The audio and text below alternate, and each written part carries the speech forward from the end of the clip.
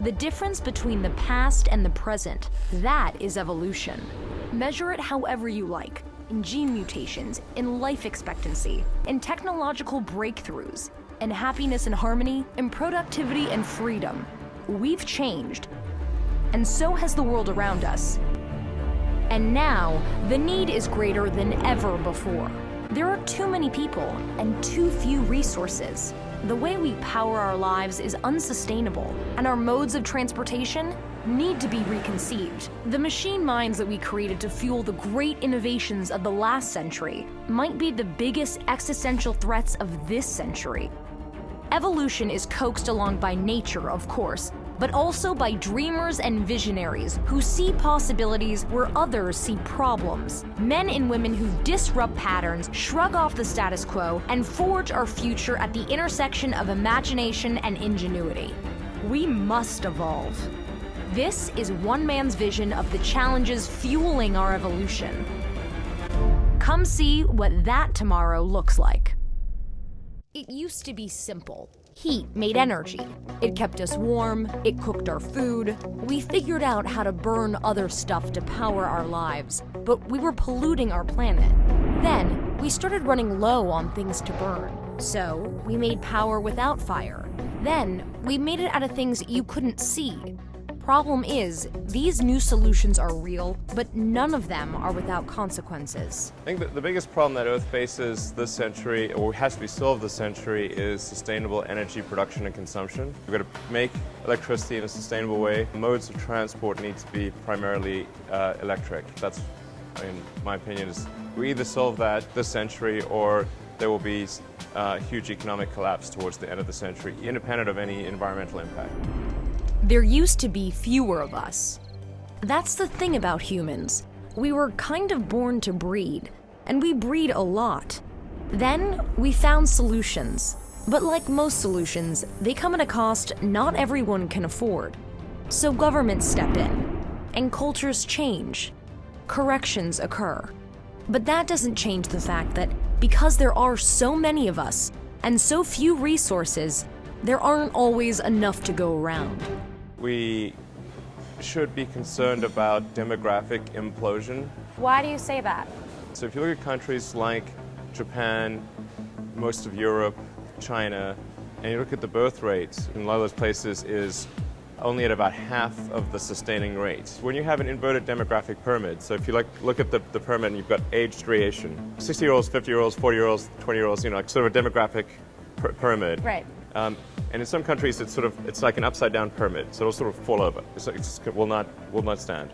What we'll actually have in those countries is a very high dependency ratio, where the number of people who are retired is very high relative to the number of people who are net producers. And so you cannot, the social safety net will not hold. We didn't evolve for this because we sort of evolved to just always procreate, and there wasn't birth control or anything. Right. Just like have lots of babies. It's like off the course, and like hopefully some of them would survive. That was like all of human history until very recently.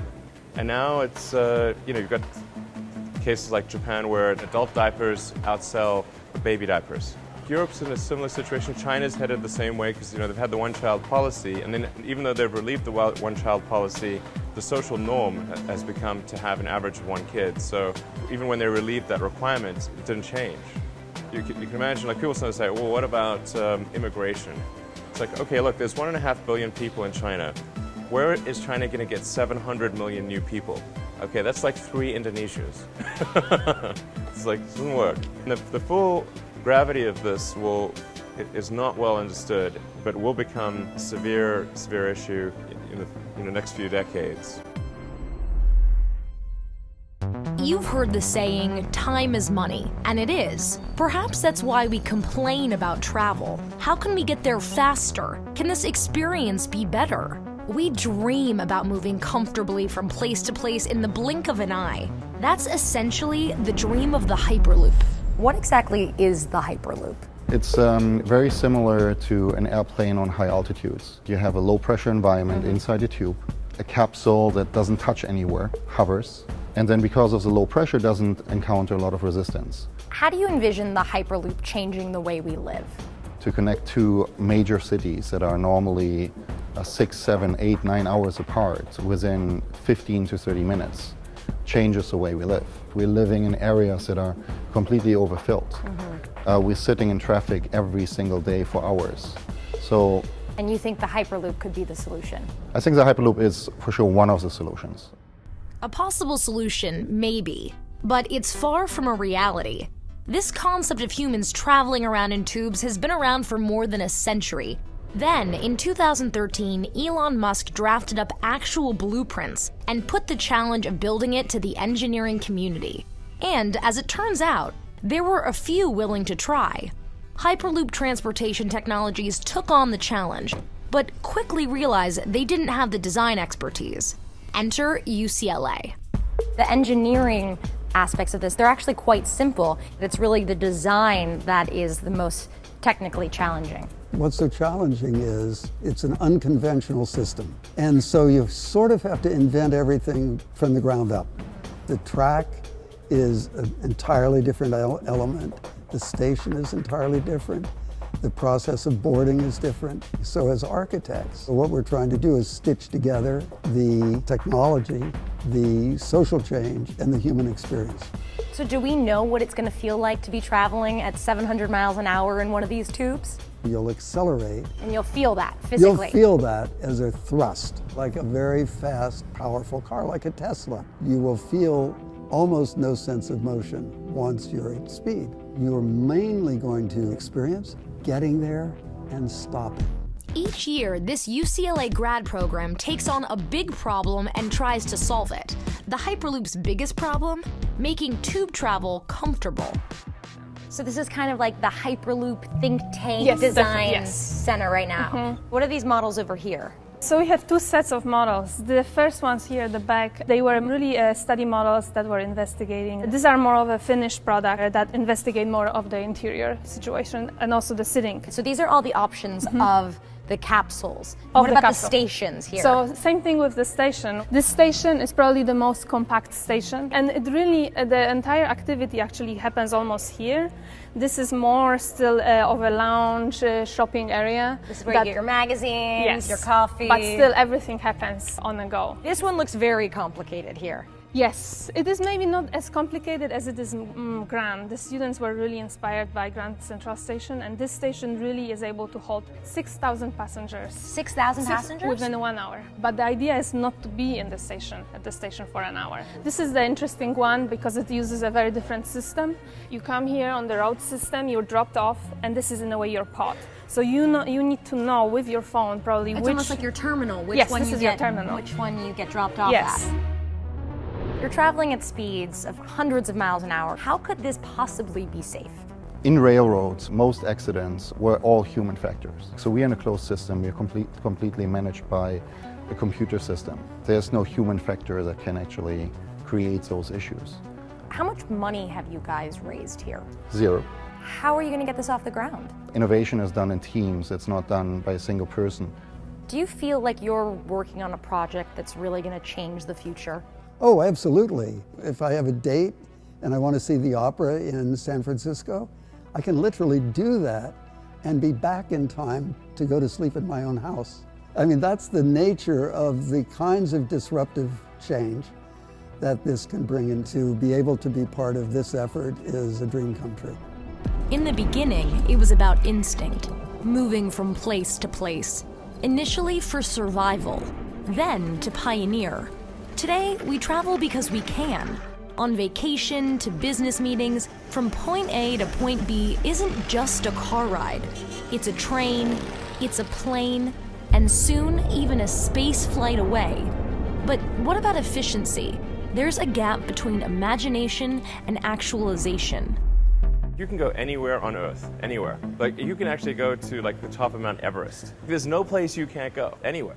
So I think we've explored the boundaries, at least the physical boundaries of Earth, quite thoroughly. You're describing how we can go anywhere on Earth now, but the methods with which we use to get there, do you think they're efficient? The most important thing that needs to happen is the transition of transportation to electric. The ideal long-distance transportation mechanism is a supersonic vertical takeoff and landing electric jet. And then there's a special case of cities which have a lot of travel between them, below about 500 miles of distance, where I think the Hyperloop would be useful. It is a special case solution because once the distances get long, then the amount of time that an aircraft takes to ascend and land, which is most of what it does in a 500-mile trip, that percentage declines, and then it's better to just use aircraft. I know that there are various companies that are trying to create the Hyperloop, and honestly, I think it's a lot easier than people think. The blueprints are pretty complicated. Well, blueprints are always kind of complicated, and I mean, yes, there's math, but it's really not that hard. It still sounds pretty complicated, Elon.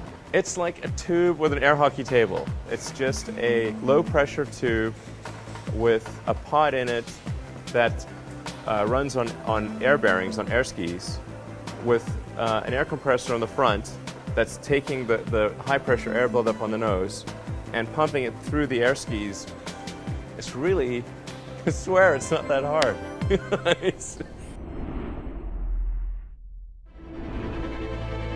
Computers were invented out of necessity.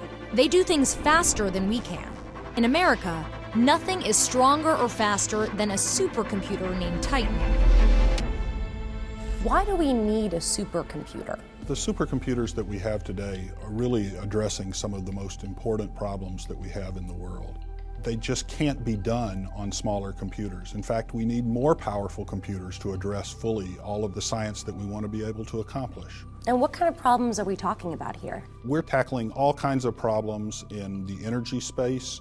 We're also looking at basic materials problems. How do you keep materials from aging? We're working on things like fuel economy, everything from how the universe formed down to the smallest nanoparticles. Can you compare the power of a supercomputer to, let's say, my smartphone? Would probably be 10 million times more powerful than what you can do with one smartphone. It's more powerful than any other computer that's available to the open science community in the world. It's powerful because there are a lot of computers working together to achieve one goal. Check out all of these towers. When stacked together, they have the capability of completing 20,000 trillion calculations per second. Translation: researchers will be able to utilize that computing power in order to have more scientific breakthroughs. Walk me through how this works. Each circle is going to be what we call a neuron. The neurons are connected to each other. We have different layers of neurons, and each layer is going to do something different to the data. And this architecture, this is how you're trying to mimic the brain, how the brain processes information. This is the a current approach to mimicking how the brain processes data. With Titan, the advantage that we have is we actually can run multiple designs in parallel to try to find the right design that works best. Is this the kind of computer that we should be scared of? I love science fiction movies, and I've seen all of the ones, with computers taking over the world. We're a long, long ways from anything like that happening. I think we should look to Titan and other machines like it as the best tools that we have to do science to help the world. Intelligence is the ability to understand. We've always had it. We've passed on what we know to each other and to machines. We've tried to recreate it through codes and robotics. We've yet to master it. But here's the question: where is the line between the man and the machine? AI is much more advanced than people realize, and the pace of progress is much greater than people realize. It'd be fairly obvious if you saw a robot walking around talking and behaving like a person, you'd be like, whoa, that's like, what's that? That would be really obvious. What's not obvious is a huge server bank in a dark vault somewhere with an intelligence that's potentially vastly greater than what a human mind can do. I mean, its eyes and ears would be everywhere. Every camera, every microphone, every device that's network accessible. That's really what AI means. It's not like a robot running around. The robots would simply be, they'd be like a finger of the AI. So you yourself have invested in some AI companies like DeepMind and Vicarious. Yeah. Why? I invested in those companies to keep an eye on them. I wanted to see how artificial intelligence was developing. If we're not careful about the advent of AI, it's possible that there could be what's called a bad utility function. A computer will do exactly what its goal is. Humanity's position on this planet depends on its intelligence. So if our intelligence is exceeded, it's unlikely that we will remain in charge of the planet.